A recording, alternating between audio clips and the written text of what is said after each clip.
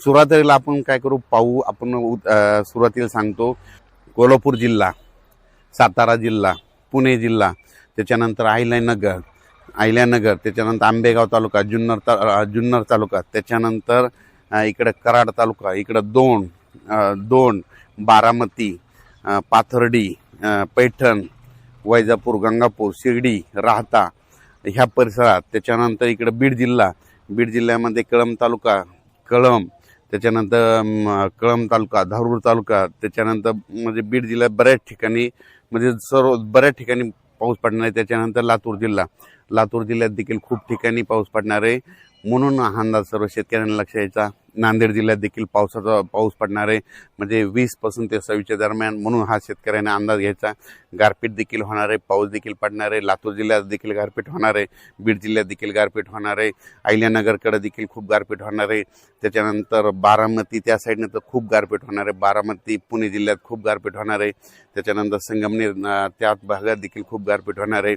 त्याच्यानंतर नंदुरबार जिल्हा, धुळे जिल्हा, जळगाव जिल्हा, संभाजीनगर, जालना, परभणी, बुलढाणा जिल्हा, त्याच्यानंतर नांदेड जिल्हा, हिंगोली जिल्हा ह्या भागात देखील 20 ते 26 एप्रिलच्या दरम्यान पाऊस पडणार आहे, म्हणून हा अंदाज सर्व शेतकऱ्यांनी लक्षात घ्यायचा.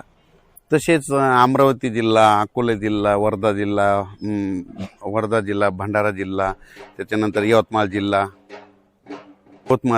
त्याच्यानंतर नांदेड जिल्हा ह्या परिसरात बी पाऊस पडणार आहे, पण तिकडल्या प्रमाणात म्हणजे खूप कमी राहणार, तिकडे जरा जास्त राहणार नाही अवकाळी, म्हणून हे अंदाज लागचा. खरा पाऊस मात्र तुम्हाला एक सांगतो दक्षिण महाराष्ट्राकडे होणार आहे. मग दक्षिण महाराष्ट्राकडे तुम्हाला सांगतो बीड जिल्हा, लातूर जिल्हा, परभणी जिल्हा, त्याच्यानंतर धाराशिव जिल्हा, सोलापूर जिल्हा, सांगली जिल्हा, सातारा जिल्हा, कोल्हापूर जिल्हा, पुणे जिल्हा, त्याच्यानंतर अहिल्यानगर, मुंबई, पुणे, इगतपुरी, इकडं नंदुरबारपर्यंत, इकडं नाशिक, येवला, निफाड ह्या पट्ट्यामध्ये जरा संभाजीनगर, जळगाव, धुळे, नंदुरबार ह्या पट्ट्यामध्ये जरा जास्त काही ठिकाणी गारपीट बी होणार, काही ठिकाणी पाऊस बी पडणार आहे, काही ठिकाणी नुसतं वारं सुटल, म्हणून हा अंदाज लक्षात येतात.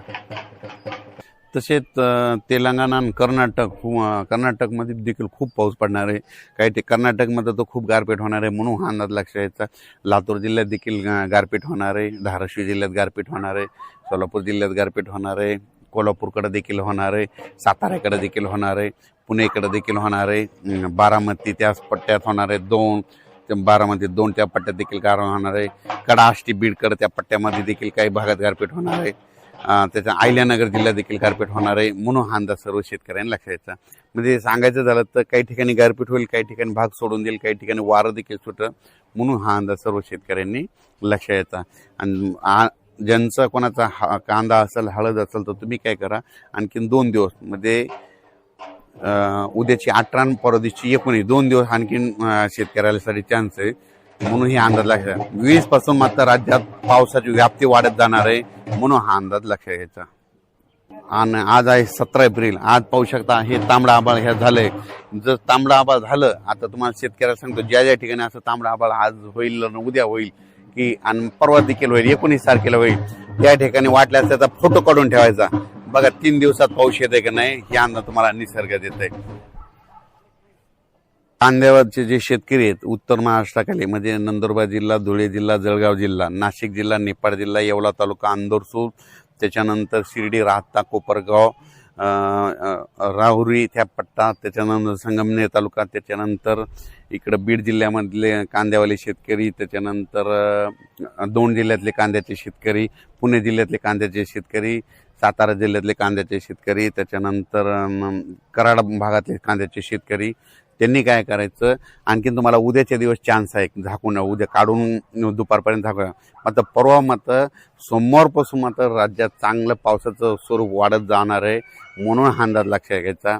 अचानक वातावरण झालं तर परत एक मेसेज दिला जाईल. धन्यवाद.